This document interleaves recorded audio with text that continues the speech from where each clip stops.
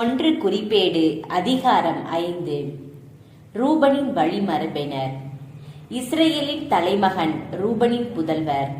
அவர் தலைமகனாயிருந்தும் தம் தந்தையின் மஞ்சத்தை தீட்டுப்படுத்தியதால் அவரது தலைமகன் உரிமை இஸ்ரேலின் மகன் யோசேப்பின் புதல்வர்களுக்கு வழங்கப்பட்டது. எனவே தலைமுறை அட்டவணையில் அவர் தலைமகனாய் கருதப்படவில்லை. யூதா தம் சகோதரருள் வலிமை மிக்கவராயிருந்தும் அவரிடமிருந்து தலைவர் ஒருவர் தோன்றிய போதிலும் தலைமகன் உரிமை யோசேப்புக்கே உரித்தாயிற்று. இஸ்ரேலின் தலைமகன் ரூபனின் புதல்வர் அன்னோக்கு, பல்லு, எட்சரோன், கர்மி. யோவேலின் புதல்வர் அவர் மகன் செமயா, அவர் மகன் கோகு, அவர் மகன் சிமயி, அவர் மகன் மீகா, அவர் மகன் ரயாயா, அவர் மகன் பாகால், அவர் மகன் பெயேரா. ரூபனியரின் தலைவரான அவரை அசீரிய மன்னன் தில்கத் பில்நேசர் சிறைப்படுத்தி சென்றான். அவர்களது உறவு முறையில் குடும்ப வாரியாக தலைமுறை அட்டவணையில் குறிக்கப்பட்டோர். தலைவர் எயியேல், செக்கரியா. யோவேல் மகன் செமாவிற்கு பிறந்த ஆகாசு, அவர் மகன் பெலா. அவர் வழிமரபினர் அரோயேரிலிருந்து நேபோ, பாகால் மேயோன் வரை குடியிருந்தனர். அவர்கள் கிழக்கே யூப்ரத்தீசு நதி முதல் பாலை நிலத்தின் எல்லை வரை வாழ்ந்து வந்தனர். கிளையாத நாட்டில் அவர்களின் கால்நடைகள் பெருகின.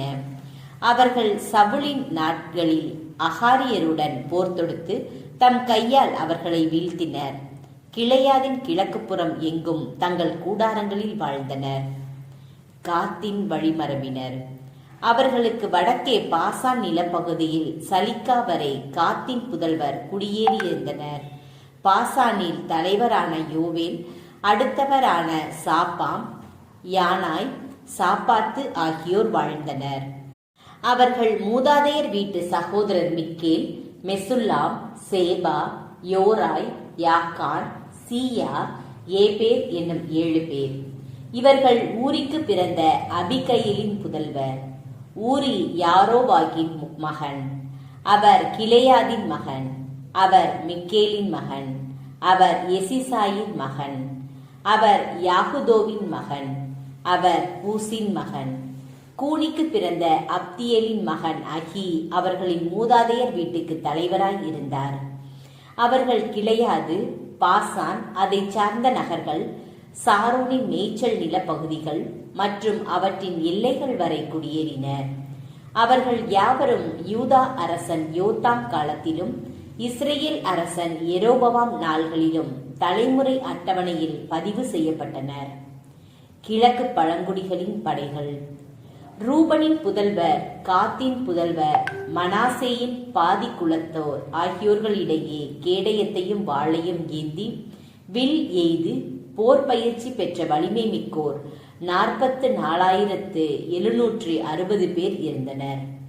அவர்களில் ஆகாரியர், எத்தூர், நாப்பியர், நோதாப்பு ஆகியோரை எதிர்த்து போரிட்டனர்.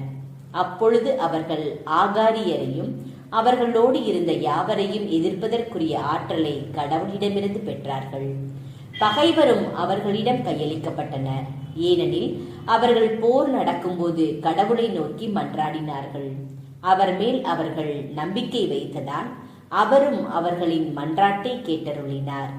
அவர்கள் தம் எதிரிக்கு சொந்தமான கால்நடைகளான 50,000 ஒட்டகங்களையும் 2,50,000 ஆடுகளையும் 2,000 கழுதைகளையும் 1,00,000 ஆள்களையும் உயிருடன் கைப்பற்றினார்கள். அந்த போர் கடவுளால் நடத்தப்பட்டதால் பலர் வெட்டி வீழ்த்தப்பட்டனர். நாடு கடத்தப்படும் வரை அவர்கள் அங்கேயே வாழ்ந்தார்கள். கிழக்கு மனாசே பகுதியின் மக்கள். மனாசேயின் பாதி குலத்து புதல்வரும் இந்த நாட்டிலேயே வாழ்ந்து வந்தனர்.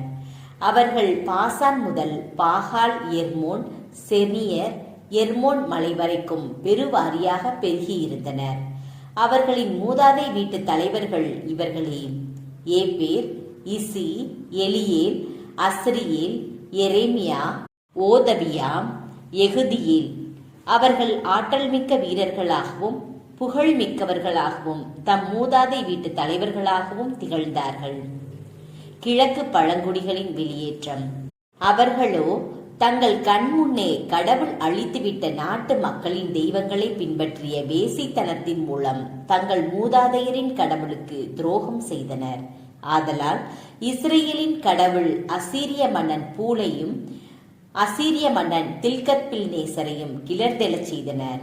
அவன் ரூபனியரையும் காத்தியரையும் மனாசேயின் பாதி குலத்தவரையும் சிறைப்படுத்தி அலாகு, ஆபோர், ஆரா, கோசான் ஆற்று பகுதி ஆகிய இடங்களுக்கு இழுத்துச் சென்றான்.